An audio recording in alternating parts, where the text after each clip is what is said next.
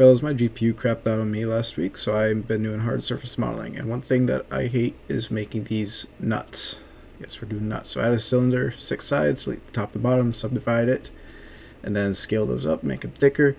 Then bevel those, make sure the profile's set to 1, extrude the top and bottom in, use loop tools, make them round, and scale them up, and make them flat as well. Then scale them in, bridge them, then bevel all of these sides that need to have supporting geometry. Sweet, there you go. So now I'm adding a hole in there because I'm a psycho and I think it looks cool. So I'm just going to fix the topology. So I'm adding edge loops where they need to be. So that's all quads. And I'm joining up 2 vertices by selecting them and pressing J. And we'll see in a minute.